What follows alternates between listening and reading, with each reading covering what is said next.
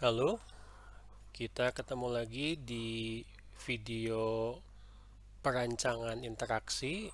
Kali ini kita akan membahas salah satu cara untuk melakukan evaluasi kegunaan, khususnya user interface dari sebuah sistem aplikasi, ya, baik aplikasi yang berjalan di PC misalkan ya, atau di mobile computing ataupun berupa website. Oke, kita mulai. eh Metodenya ini disebut sebagai think aloud. Jadi kalau dalam bahasa Indonesianya mungkin menyampaikan pikiran secara eh, terbuka, secara keras, maksudnya terdengar oleh orang lain. Jacob Nielsen dalam bukunya Usability Engineering terbit awal tahun 90-an itu menyebutkan bahwa uh, test thinking aloud ya, atau menyampaikan pikiran secara terbuka, kita tadi sudah bahas, di mana perancang meminta peserta tes menggunakan sistem aplikasi sambil terus-menerus berpikir, uh, juga menyatakan pendapat dan hanya mengungkapkan pemikiran mereka saat mereka bergerak melalui antarmuka pengguna. Ya, jadi ada memang beberapa cara, tetapi mereka biasanya langsung menyatakan pendapat pada saat menggunakan eh, sistem tersebut. Kenapa kita mempelajari think aloud? Ya, ada beberapa alasan. Think aloud itu eh, punya keuntungan, ya, tetapi juga seperti metode lainnya juga ada kerugiannya. Kita akan lihat satu-satu. Oke, eh kembali ke Pak Jacob Nielsen tadi ya.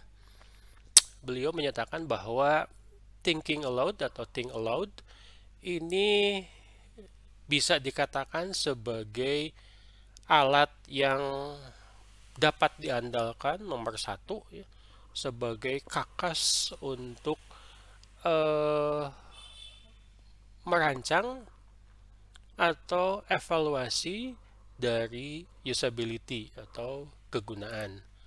Nah, dianggap sebagai nomor satu berarti dianggap juga sebagai metode yang dominan atau populer atau juga banyak digunakan. Nah, beliau sampai menyatakan bahwa metode ini berfungsi katanya ya sebagai jendela jiwa pengguna. Maksudnya adalah desainer yang menggunakan metode ini bisa mendengar langsung pendapat mereka, kesulitan mereka, harapan mereka saat itu juga pada saat mereka menggunakan atau mengunci sistem aplikasi. Membantu menemukan apa yang sebenarnya dipikirkan pengguna tentang desain dan menentukan apa harapan mereka. Ya, mendapatkan wawasan yang tidak dapat dengan mudah diperoleh dari pengamatan sederhana. Ini yang penting ya. Kadang-kadang wawasan juga kalau dilaksanakan beda waktunya dengan pada saat penggunaan user interface misalkan agak sulit menangkapnya, mungkin menjadi bias. Kalaupun misalkan wawasan tersebut dituliskan, eh, besar kemungkinan bahwa pengguna akan kesulitan. Ya, ada beberapa hal yang mungkin nanti kita akan lihat tidak akan sulit untuk dituliskan. Jadi enaknya itu langsung dibicarakan saat itu juga. Itu adalah konsep yang harus Anda pahami dari think aloud. Nah, tipenya itu ada dua macam ya. Ya sama sih, ya, dua-duanya itu menyampaikan pendapat saat itu juga. Tetapi ada yang namanya concurrent think aloud, di mana peserta mengungkapkan pikiran mereka selama menggunakan sistem. Lalu yang kedua adalah uh, retrospektif ya, think aloud, di mana peserta mengungkapkan pikiran mereka setelah menggunakan sistem. Jadi bahkan kadang-kadang dalam pelaksanaannya dua tipe ini digunakan. Jadi pada saat mereka memanfaatkan, menjalankan sebuah sistem aplikasi, mereka juga sambil mengungkapkan pikirannya. Setelah selesai juga mungkin ada beberapa hal yang akan disampaikan. Jadi ini tipe ini tidak kaku. Baik, kenapa menggunakan think aloud? Ya, alasan pertama dan yang terutama adalah murah dan mudah. Ya, jadi kenapa murah? Ya, tidak diperlukan peralatan khusus.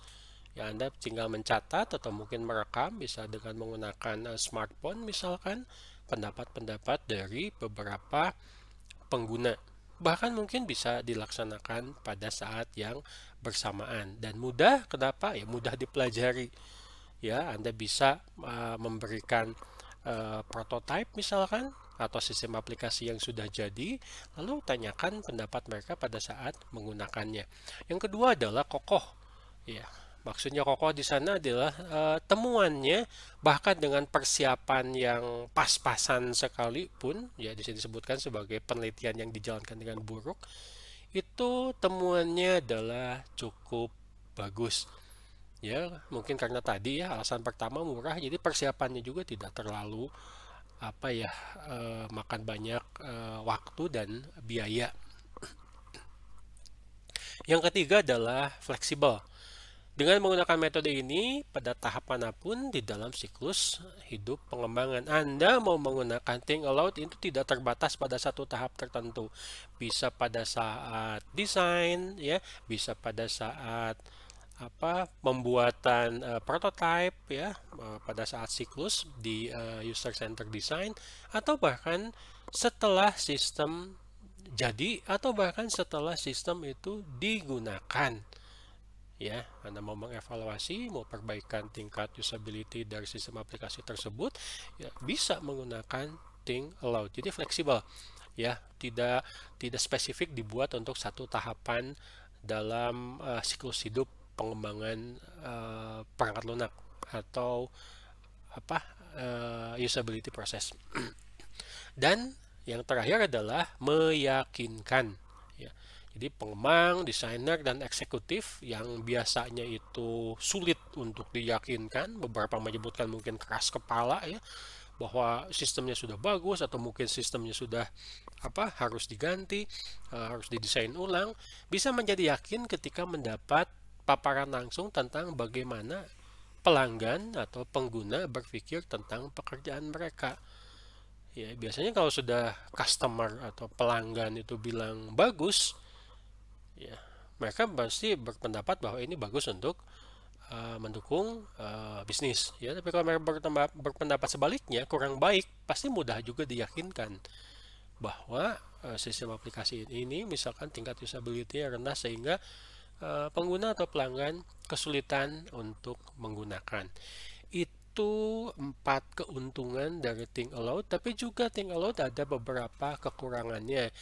Yang paling mencolok dari think aloud ini adalah metode ini tidak cocok untuk statistik yang terperinci. Jadi kalau misalkan dari hasil wawancara itu outputnya adalah sekian persen harus diperbaiki, sekian persen bisa diterima, itu sulit. Ya, jadi kebanyakan memang gambaran umum dari apa yang harus segera diperbaiki atau mungkin apa yang bisa dipertahankan sampai dengan misalkan keluar angka ini tidak, atau statistik atau penilaian tertentu ini tidak cocok. Yang kedua adalah situasi yang tidak wajar. Pada saat wawancara misalkan banyak gangguan, ya, tidak bisa menggunakan sistem aplikasi dengan benar, tidak selesai, perangkat lunak bermasalah atau perangkat kerasnya bermasalah, ya ini agak sulit ya. Jangan-jangan menyebutkan bahwa sistem aplikasinya itu tidak bagus, padahal sebetulnya hardware-nya yang kurang mendukung. Lalu pernyataan yang disaring atau difilter dan yang dipilih. Tidak boleh dalam think aloud ini seorang perancang yang melakukan metode ini pilih-pilih. Jadi pernyataan yang baik saja yang dilaporkan, atau pernyataan yang buruk saja. Ya berarti ini agak sulit. Ya tidak banyak manfaatnya untuk think aloud. Nah, ya, kalau itu yang pernyataan disaring dari sisi perancang. Nah, kalau dari sisi pengguna, ini adalah bias perilaku pengguna. Ya, contoh sederhana saja. Pengguna sedang menggunakan sistem aplikasi. Ada yang dia merasa kesulitan atau mungkin tidak suka, tapi karena takut misalkan perancangnya tersinggung, ya, atau mungkin dia bisa menimbulkan masalah, sehingga itu tidak disampaikan. Ya, keterus-terangan ya di sini sangat dibutuhkan dalam think aloud. Dan yang terakhir adalah mungkin think aloud itu membutuhkan metode lain. Yang paling wajar adalah yang pertama, ya. Jadi mungkin think aloud bisa dikombinasikan dengan statistik yang lebih terperinci. Itu mungkin untuk kerugian think aloud. Nah,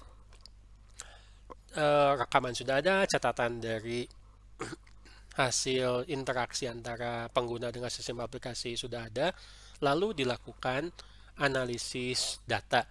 Nah, terlepas dari nilai sesi think aloud, ya, apakah maksudnya nilainya itu nilai secara umum, mana yang perlu diperbaiki dan mana yang bisa dipertahankan, misalkan menganalisis data juga bisa menjadi proses panjang yang mungkin melibatkan sesi peninjauan, kadang-kadang sampai dengan berulang kali untuk mengidentifikasi kapan pengguna mengalami masalah. Artinya apa? Think aloud-nya bisa diulang, tetapi spesifik kepada di mana misalkan mayoritas pengguna itu mengalami kesulitan. Ya, tidak cukup hanya dalam beberapa kasus ya tidak cukup hanya think aloud ini dilakukan sekali saja. Nah, salah satu cara untuk mengidentifikasi mana yang baik, mana yang kurang baik, mana yang buruk, ini adalah verbalisasi dari pengguna, ya, user verbalization. Bagaimana membaca. Dia kesulitan tidak membaca petunjuk atau kata-kata di layar atau produk. Ya, seperti kita lihat ya, sebuah sistem aplikasi, jika tulisannya itu sulit terbaca, berarti sulit dipelajari, sulit digunakan, dan tingkat usability menjadi rendah. Yang kedua adalah dari prosedur, ya, menggambarkan aktivitas seseorang, rangkaian aktivitas seseorang, mulai dari masuk ke sistem aplikasi, menggunakan sistem aplikasi, menggunakan komponen-komponen atau fitur-fitur di aplikasi, ada kesulitan tidak, atau berjalan mulus, ya. Ada tidak keluar kata-kata misalkan sampai merasa kesulitan untuk mencari menu tertentu. Lalu dari observasi, yang nomor 3, pengamatan tentang produk atau perilaku pengguna. Ya. Berarti ini dari sisi perancang Anda melihat dari perilakunya, dari kata-kata yang dia sampaikan, kira-kira ada kesulitan tidak? Apakah bisa dijalankan dengan baik atau sebaliknya? Yang keempat adalah penjelasan. Pengguna menjelaskan alasan perilaku mereka dan memberikan wawasan tentang motivasi mereka. Penting ya, wawasan serta motivasi mereka, karena dalam beberapa kuliah di perancangan interaksi itu nanti akan membentuk yang kita kenal sebagai mental model, ya. Nanti ada kita coba video yang lain membahas khusus untuk mental model. Semakin mudah dia menjelaskan motivasi dan wawasannya, artinya dia semakin mudah juga untuk menggunakan sistem aplikasi tersebut. Dan verbalisasi lainnya ya yang tidak termasuk ke membaca, ke prosedur, observasi atau penjelasan. Ya, jadi dari verbalisasi ini kita bisa melihat penilaian pengguna terhadap sistem aplikasi yang mereka gunakan. Nah, meskipun verbalisasinya baik misalkan, tetapi juga ada beberapa hal yang harus diperhatikan pada saat mereka mengeluarkan sebuah pernyataan dalam metode think aloud. Ini fitur-fitur bicara atau speech features ini juga harus diperhatikan dengan baik. Ya, kenapa tadi saya menyebutkan bahwa sebaiknya memang selain dicatat untuk think aloud itu juga direkam. Oke. Fitur ucapan atau bagaimana orang mengatakannya dapat berguna untuk mengidentifikasi masalah usability ya. Ya mungkin ini mirip-mirip dengan kondisi sehari-hari pada saat kita ngobrol dengan teman, dengan saudara ya. Bagaimana cara dia mengucapkan itu juga bisa memperlihatkan kondisi emosi dari seseorang yang mengucapkan kata atau kalimat tertentu ya. Jadi contohnya di sini fitur bicaranya itu termasuk nada ya. Nadanya cepat, nadanya tinggi, nadanya biasa saja, lalu kecepatan bicara, volume, dan juga sentimen atau emosi ucapan. Satu kata mungkin dengan emosi yang berbeda itu artinya juga bisa lain ya. Jadi fitur bicara dapat mengungkapkan suasana hati pengguna selama pengujian atau, nah ini yang penting, menjadi tanda beban kognitif yang tinggi. Beda cara bicara orang yang dalam kesulitan dan yang tidak dalam kesulitan, meskipun mungkin kata atau kalimatnya itu sama. Nah, kita akan lihat contohnya ya, bagaimana fitur bicara ini. Yang pertama yang mudah diidentifikasi itu adalah ragu-ragu dalam berbicara. Misalnya, ya di sini disebutkan pengisi verbal seperti atau mungkin ditanya ya, atau dia mau menyampaikan sesuatu butuh waktu untuk berpikir.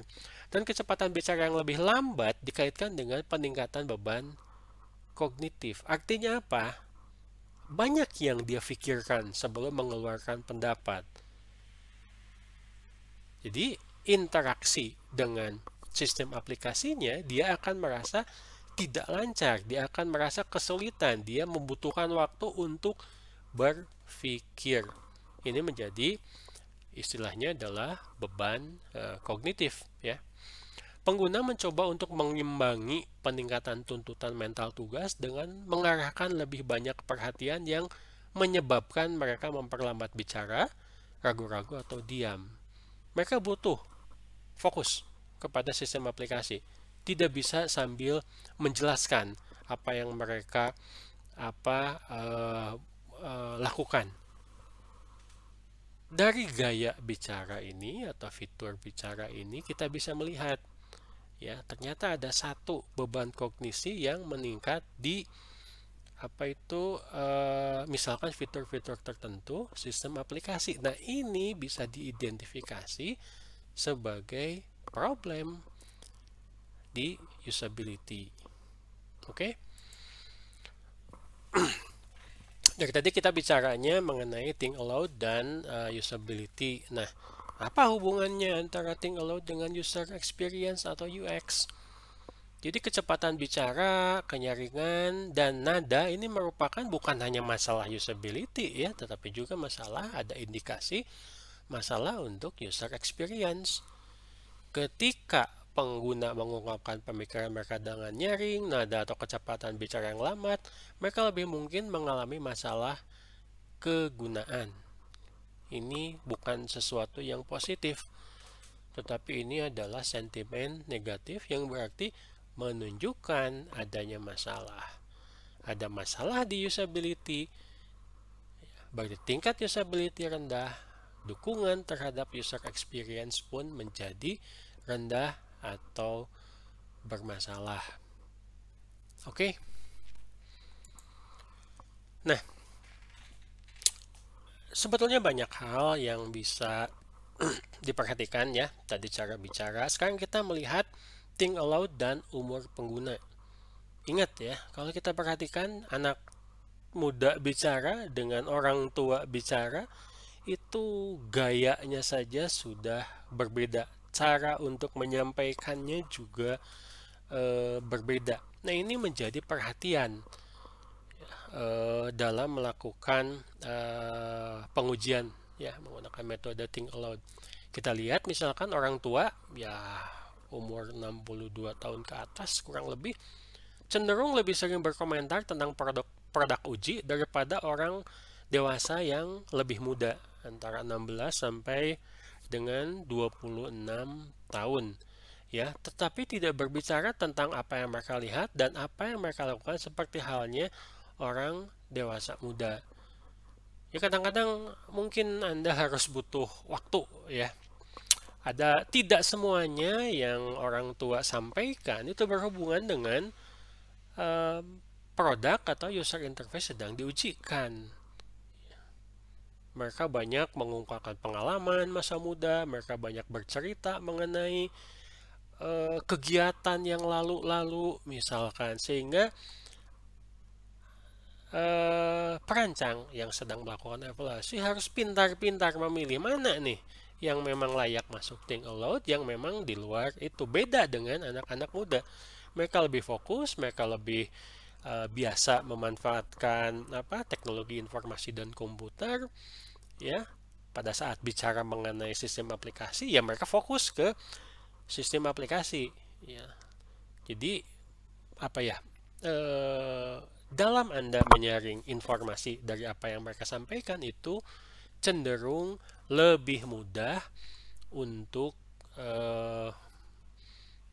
usia yang lebih muda, 16 sampai dengan 26 tahun. Nah, ini yang menjadi salah satu juga diperhatikan dalam metode think aloud, pengelompokan pengguna ya. Jangan sampai nanti penggunanya dikelompokkan umurnya itu beda terlalu jauh.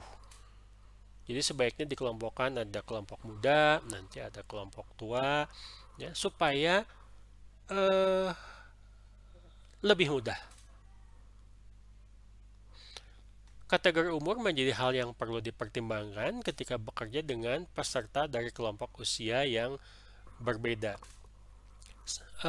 Pertama-tama mungkin sebelum dipisahkan ya, itu tentu saja harus diidentifikasi terlebih dahulu sehingga nanti analisis dari data bisa lebih mudah ya, karena ada yang ternyata analisis datanya harus berulang kali khususnya untuk yang kelompok lebih tua ya, karena harus difilter mana yang memang think aloud, mana yang memang bukan, dan ada yang jauh lebih mudah dari usia yang lebih muda karena mereka memang punya kecenderungan lebih fokus, lebih mudah menyampaikan pendapatnya mengenai sistem aplikasi atau user interface yang sedang mereka gunakan.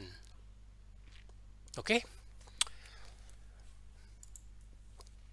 Baik. Ini referensi yang bisa Anda gunakan ya, materi Anda bisa baca ulang di blog saya. Tetapi kita bisa melihat bahwa manfaat dari think aloud yang mudah dan murah ini ternyata sangat baik, sangat bisa diandalkan sebagai kakas usability yang pertama. Oke, cukup dulu untuk video kali ini. Terima kasih.